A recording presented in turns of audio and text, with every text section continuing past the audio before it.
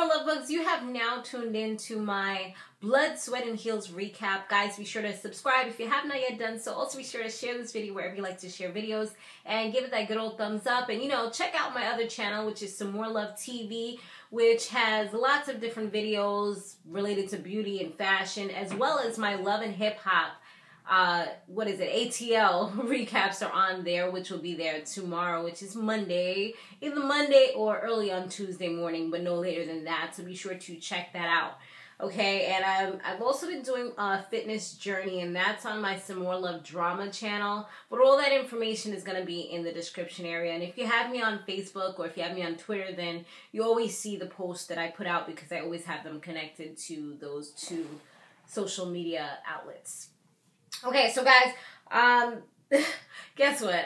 I did Google the Afghan hound, and it actually does look like Arzo. I'm sorry, you know, it actually does. I was wondering, because I'm like, she said Google it to check it out, and she wasn't doing it to say it racially, like to do anything like that. So I was like, let me go ahead and Google it. It has like this nice long hair. Guys, Google it for real. It has like this nice long hair. It has like a skinny face, and she, you know how her face is like kind of skinny. So I see why she compared her to that. If she was actually doing it, you know, to be a racial, to do something like that, then I feel like she picked a pretty darn good dog to compare her to. And this dog is actually from the hills or the mountains of Afghanistan. So, whatever. Alright, so now Daisy, she was playing with her little mamas, her little wigs. And oddly enough, Michael was just doing the same thing. She wasn't really playing with hers. She was kind of looking through them and seeing which one she wants to wear. Because they're supposed to be going to an event for Arzo. Because Arzo, she has like this line and she's trying to get like big brands behind her name and stuff like that. So she can get them little coins in. So, it was funny because out of all the wigs that Micah was looking at, she had like this big bin. And I have one of those big bins. But for me, I keep mine in an ottoman for right now. But that ottoman is starting to get packed up, y'all. I'm about to have to put it in the other bin. So I can't throw out that bin just as yet. I might just put that bin right over here. But yeah, she has like this big bin with all her little mamas up in there. And out of all of them, she picked like this little granny one. And I'm like, seriously, Micah? Girl, I know you could have did better than that. She came into the event with this little short up hair, all curly and stuff. I was like, no. It aged her so much. That was so not her. Alright, so now, Daisy and Demetria, like we know, they've made up, so they're much more cordial than they were before.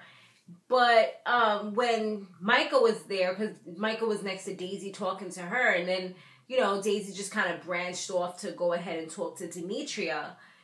She was just like this, you know, what you do when you're kind of like, what do I do now? No one's talking to me. You just kind of like play with your hair, or you look around, or you drink, you start sipping on that drink a little bit, and you look away because they're still not in the space where they're able to have a conversation as yet. I think by the end of the night, they did end up like saying bye or whatever. So at least that was a step towards the right direction. Arzo, she told Geneva that, well, she told her about what happened with her and Chantel. And she's just like, that doesn't seem like, because what she basically said, she watered it down and turned it into her version, where she said that Chantel came for her and said something about some Afghan hound and called her that. But she didn't say how she was making fun of the situation, laughing at the situation, saying it wasn't something that was racially motivated, and just kind of doing things to spark that type of comment, that type of response. She didn't say all that. So Geneva, she took it, she accepted it for the moment, but she wasn't really buying it because she's like, Chantel's not really that type of person to just start with somebody for no reason. So she didn't really, she was like, yeah, I don't think so. Something's missing from this story. All the ladies, well, before we even get into that, let's talk about Daisy. She, as we know, she has cancer. She has to go through radiation. She has to go through chemotherapy as well. She doesn't take pills and all these other things that she's taking. And now her, she's been trying to keep everything separate as far as her life with her her employees and her personal life. But now it's all like everything has to collide because she has to do this thing 5 times a day for a certain amount of time. So it's like there's no way possible because it drains her so much that she's not going to be able to show them that or to hide it from them. So she has them all come over, gives them a nice little meal or whatever, some sandwiches, some wine, and then she reveals the news to them. And of course, everyone starts to cry because that's like news that it's just like, wow, it just blows you away because it's like the 3rd stage. Thank goodness she was able to catch it when she did, and hopefully everything is going to go well. All she can do is have her hope and her faith in order to get her through this.